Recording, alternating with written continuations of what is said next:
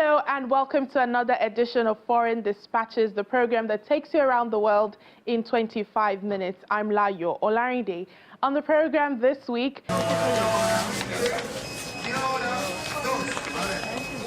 the new Pope fever is high in Peru as Pontiff Leo XIV inspired merchandise pops up in Lima.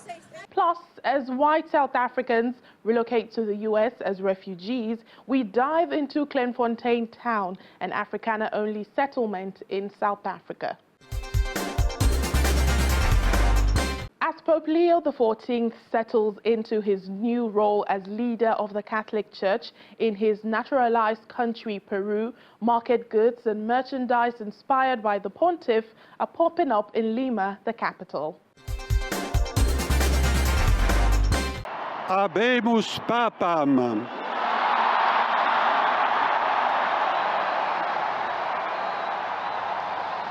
Dominum Robertum Franciscum, Sancte Romane Ecclesiae, Cardinalem Prevost. The appointment of Robert Prevost as Pope Leo XIV is leading several businesses in Peru to create T-shirts and other items featuring the face of the new pontiff. In Lima, stores of customized T-shirts are popping up, selling tops with the images of the new Pope. It's been total madness. People are particularly buying the T-shirts. We didn't expect this. When we heard the news, we decided to make the shirts in honor of the Pope because it's truly a blessing. All Peruvians are incredibly excited about the Pope's appointment, especially because he's Peruvian and he loves Peru. Honestly, the reception has been amazing. The shop offers various designs that show the pontiff, including him wearing the Peruvian national team's jersey with the inscription reading, quote, "Now we are going to the World Cup."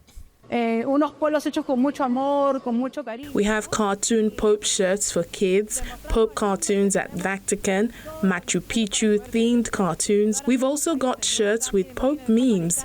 Peru has its Papa and now also the Pope, who is a Peruvian. Tenemos los polos que han salido con temáticas de Machu Picchu.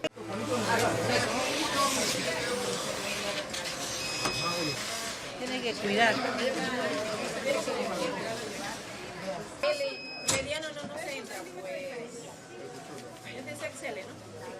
Beyond creativity and business, many merchants feel that this news has brought them a blessing.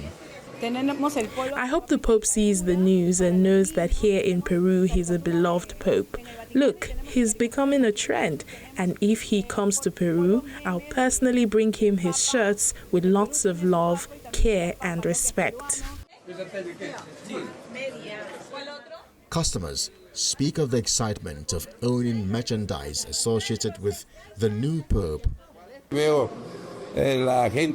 I saw people crowded around these shirts and they caught my attention, so I lined up too and got my Pope-themed shirts.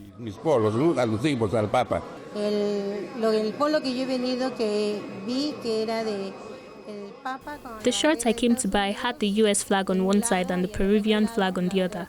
I mostly came for that one, but there were thousands of designs, so I ended up picking 3.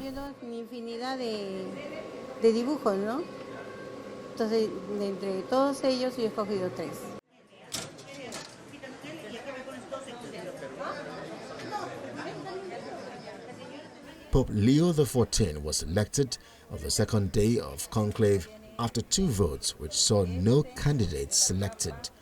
The election of Leo XIV has been welcomed with hope by many who expect his leadership to continue the legacy of Pope Francis, focusing on closeness to marginalized communities and promoting unity in the Catholic Church. White South Africans are relocating to the U.S. under President Donald Trump's refugee plan amid allegations of racial discrimination against white people. South Africa's government has called U.S. claims that Afrikaners face persecution completely false. Our next report shows the inside of South Africa's exclusive Afrikaner-only settlement as President Trump offers asylum. 3 decades ago, a group of white Afrikaners was opposed to majority black rule when apartheid ended, that they carved out separatist enclaves, the only town in South Africa where all residents, including menial workers, are white. The most prominent towns associated with Afrikaners are Orania, Clairefontaine, both established as Afrikaner-only settlements after the end of apartheid. Residents of the Afrikaner-only enclave of Clairefontaine now defend their settlement's cultural exclusivity amid renewed criticism and international attention following a 2025 executive order by U.S. President Donald Trump offering asylum to white Afrikaners. Spokesperson Danny De Beer said the settlement was created to protect Afrikaner heritage and identity after the end of apartheid. Clairefontaine started in 1992. We're about 900 hectares big. We have 9 pieces of property that all belong to the company. And you as a resident, you become a member of the company, and then you have right on that piece of ground. Today we're around about 1,500 people.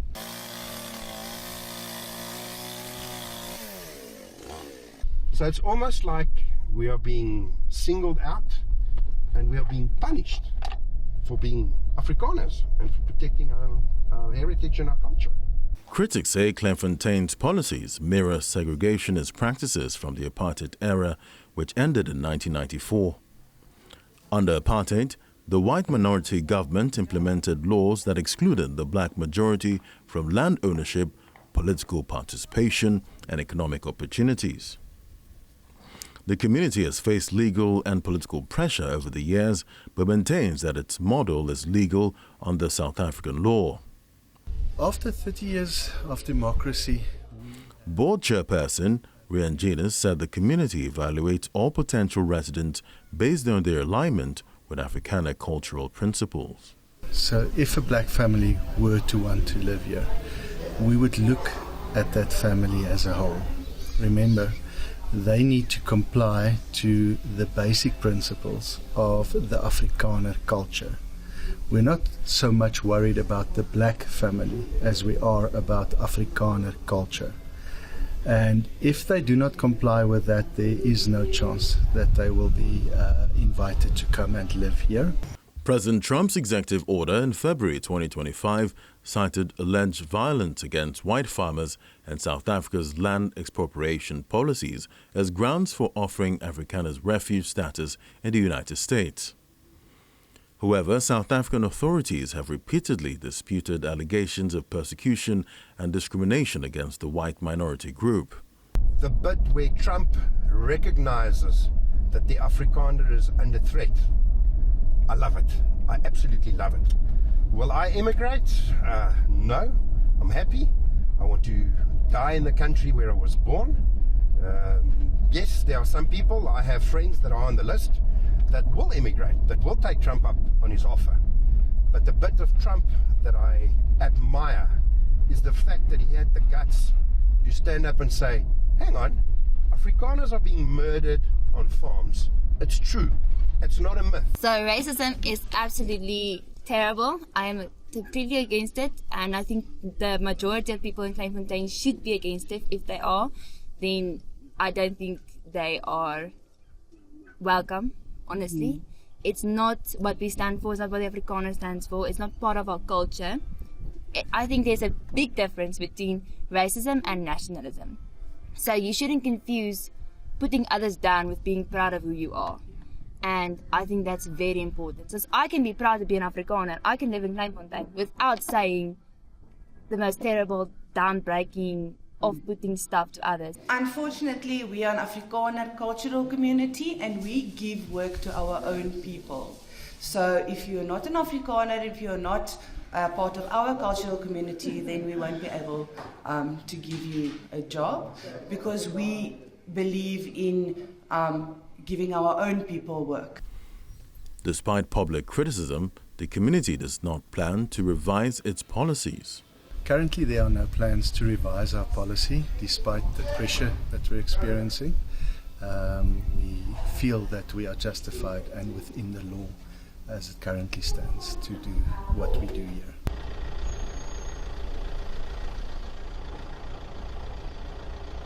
After 30 years of democracy, we have a very short list of what the government has done for the Afrikaner culture. On the contrary, we've got a very long list of what they've done actively to take away our rights. South Africa's constitution protects cultural rights, but legal experts have argued that exclusive communities like Kleinfontein test the boundaries of non-discrimination provisions. Founded in 1992 on the outskirts of Pretoria, Kleinfontein covers roughly 900 hectares and is home to around 1,500 people. Residents must meet the cultural and linguistic requirements to live and work in the community, which operates its own schools, shops, utilities and services.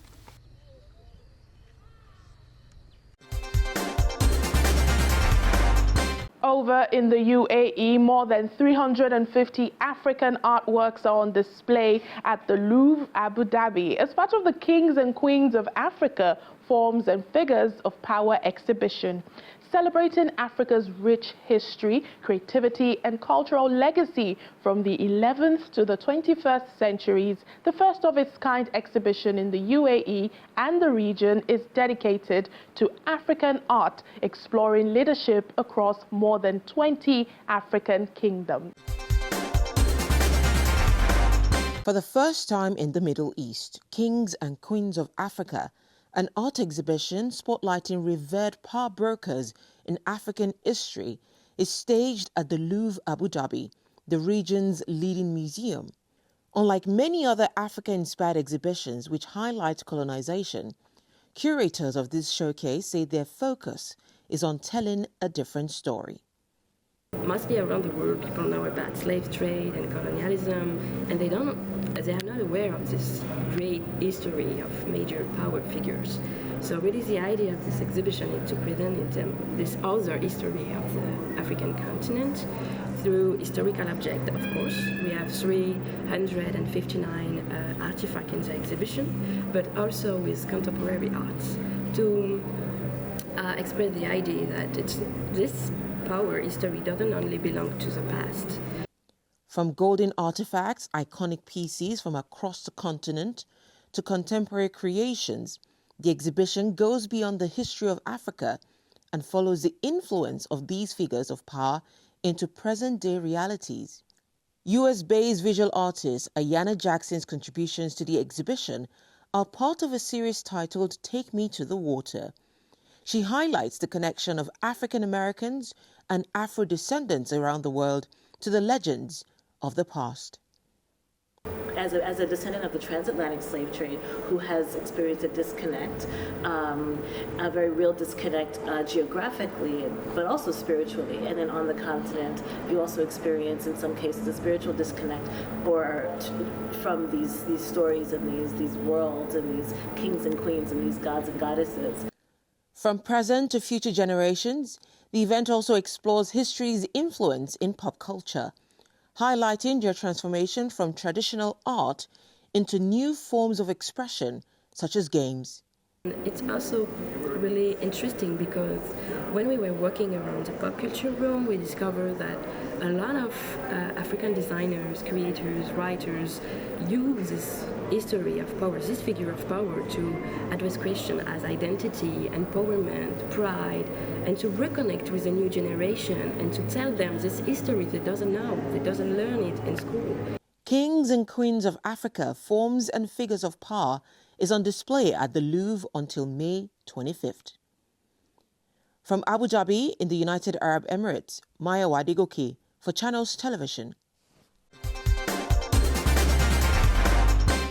We'll take a break now on the program. When we come back, we join a Lay's craze in Seoul, South Korea, as a quirky Space Out contest crowns rock band in silent showdown. You don't want to miss it. Welcome back. A Ugandan sculptor is transforming waste into environmental awareness in Kampala. Take a look.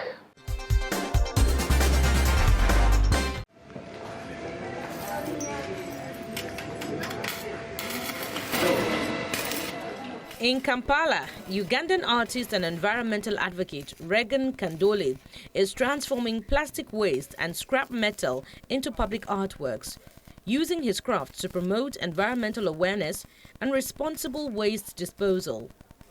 Kandole, who also lectures at Kyambogo University, started the initiative as a student. I was overwhelmed by the amount of garbage on the streets, even the garbage we had in our own department. So what we did actually, which was very interesting, was to start like cleaning up with the waste from the department. But what was, by then when I was studying, what was interesting for me, I was really interested in finding materials to produce art. Through his organization, Eco Action, Kandole works with informal waste collectors, purchasing discarded materials to turn into artwork. I got to find a community around Banda of plastic collectors. These guys would collect plastic and metal and sell it with very little amount to earn a living. So to me that was a starting point. These guys were really connecting with my story. So I started engaging with them on how best we can add value on what they were collecting. Students from Kyambogo University are also involved. I have used 150 kgs metal of scrap that I was dumped from the environment. So we go on collecting it such that we can reuse it to make beautiful artworks.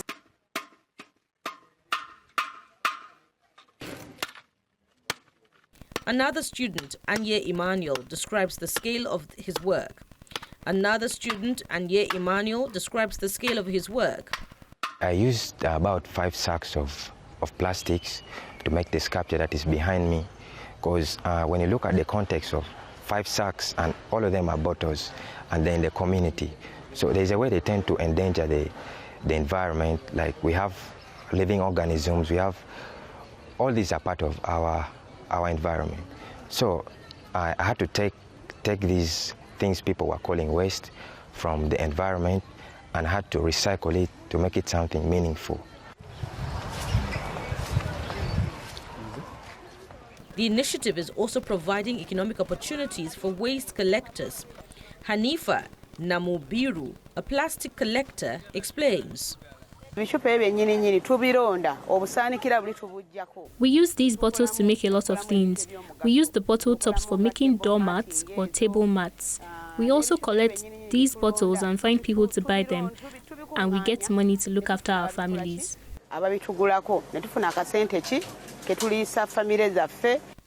Kandole's sculptures are displayed in public spaces to spark conversations about pollution. It's about more than art, he says. It's about making waste visible and showing how it can be part of the solution. Kandole's sculptures, often placed in public areas, are being used to raise awareness about environmental degradation, showing how waste can be transformed into both art and opportunity. Meanwhile, in Kenya, getting a haircut in Kiambu County could take an unexpected turn if your barber is Safari Martin. He's a Rwandan-born barber who has taken Kenya by storm, going viral on social media for crafting intricate hairstyles using unconventional tools.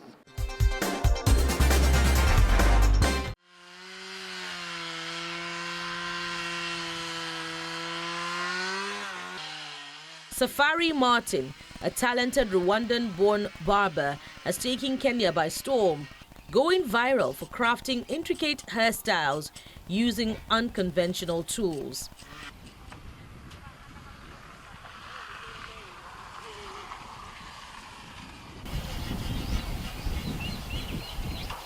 In Kiambu, Martin cuts his client's hair using a shovel, machete, hammer, and razor. The barber also uses fire for his finishing touches. I'm basically a barber, but I also do content creation. It's a mix of both, and also storytelling. And I just like bringing out ideas from my mind and from mostly the African culture. Trying to bring together a barber and an African culture character.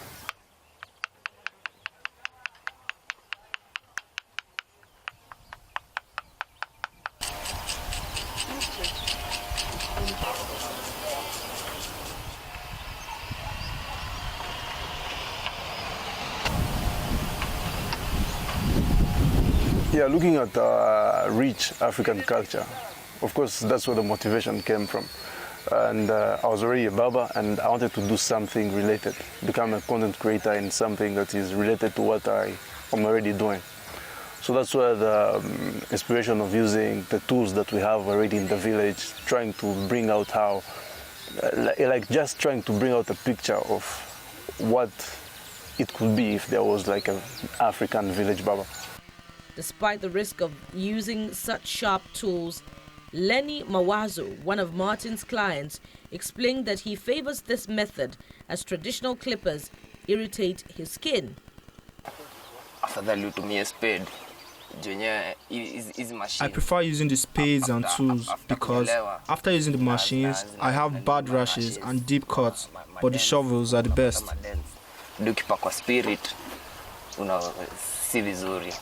Easy shovel, they are the best.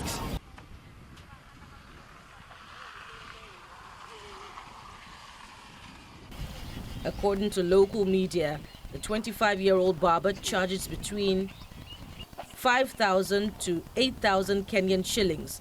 That's about 40 to 60 US dollars per haircut.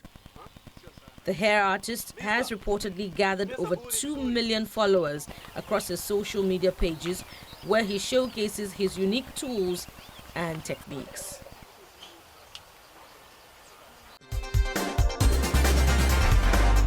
And finally, in South Korea's Seoul, it's a quirky space-out contest that sees participants win a trophy for doing absolutely nothing. Just stay still and zone out. More than 100 people gathered by the Han River in Seoul to compete in what might be the world's most laid-back contest, the annual Space Out competition, where doing absolutely nothing could win you a trophy. Held at Bampo Han River Park, the event saw 126 participants of all ages and walks of life, from students and office workers to influencers and full costume performers, sit completely still and silent for up to 90 minutes. The catch? They had to remain conscious and calm without falling asleep or showing signs of mental stimulation. 25-year-old university student Kim Hae-rin said she joined the competition to distress after final exams. My exams finished a few weeks ago, and my head has been complicated with a lot of stress. So I came here wanting to comfortably space out. I'm actually really good at spacing out in everyday life and always get scolded for it.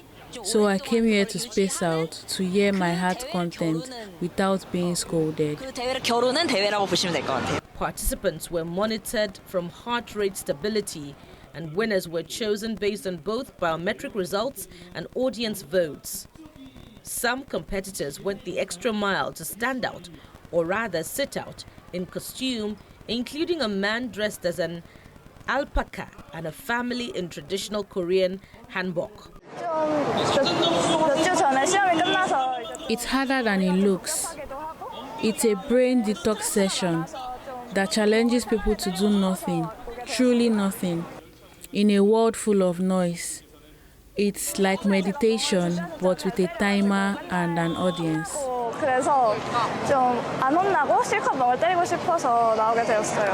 Spectators roamed quietly among the seated crowd, occasionally voting for their favorite zoners.